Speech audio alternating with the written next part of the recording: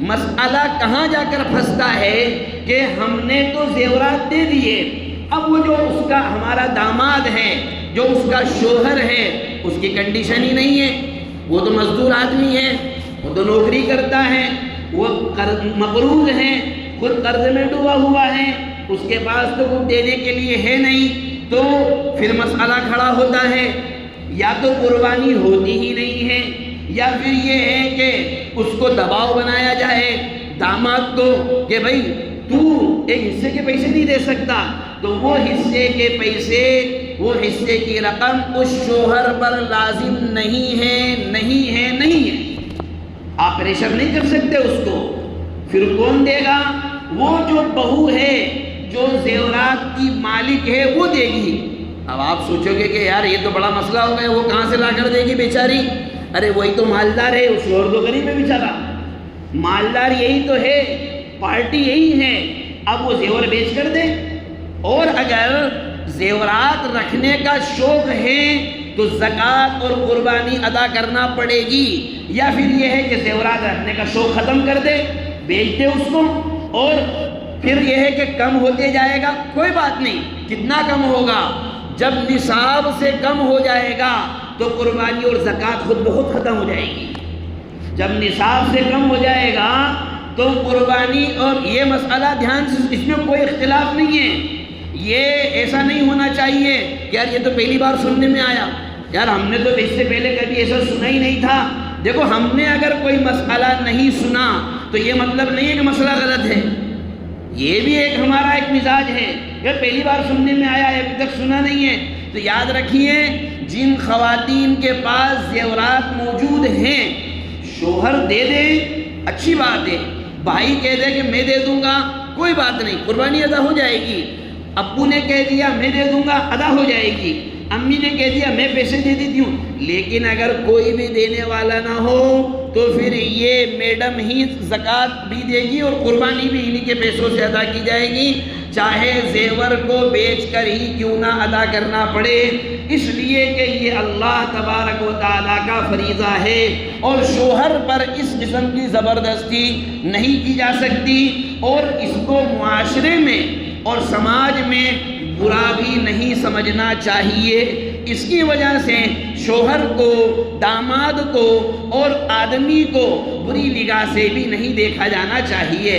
بہرحال تو بات یہ چل رہی تھی کہ محبت اور اطاعت جب دونوں ملتی ہیں تو اللہ تبارک و تعالیٰ کی طرف سے ایک انعام ملتا ہے، روحانیت کا انعام، ترقی کا انعام۔ عجیب بات ہے، قربانی حقیقت میں کون پیش کر رہا ہے؟ جانور پیش کر رہا ہے۔ اپنی گردن کون کٹا رہا ہے؟ جانور کٹا رہا ہے، لیکن درجات اس کے بلند ہو رہے ہیں، ترقی اس کو مل رہی ہے، ثواب اس کو مل رہا ہے، اور نیکی اس کو مل رہی ہے۔ کیوں؟ اس لیے کہ یہ اطاعت اور محبت دونوں کا ایک سنگم اور دونوں کی ایک مثال ہے۔ جب بندہ یہ بات کہہ لیتا ہے کہ میں نے اپنے مال کے ذریعے اے اللہ تیری اطاعت اور محبت میں یہ کام انجام دے دیا اور آئندہ میں گناہوں سے پرہیز کرتا ہوں، تو اللہ تبارک و تعالیٰ کی طرف سے بھی اعلان ہوتا ہے کوئی بات نہیں، ہم نے بھی تجھے معاف کر دیا اور آئندہ تیرے لیے روحانیت کے دروازے کھول دیں گے۔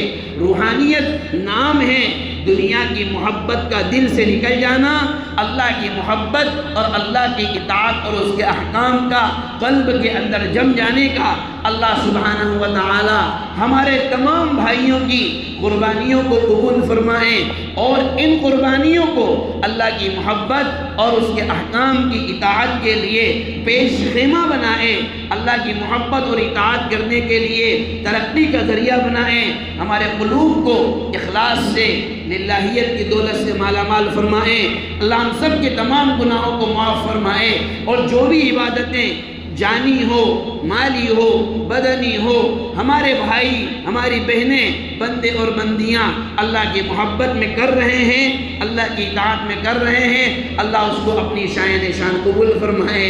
وما توفیقی الا باللہ۔ کھڑے ہو جائیں اور صفحے مکمل کر لیں۔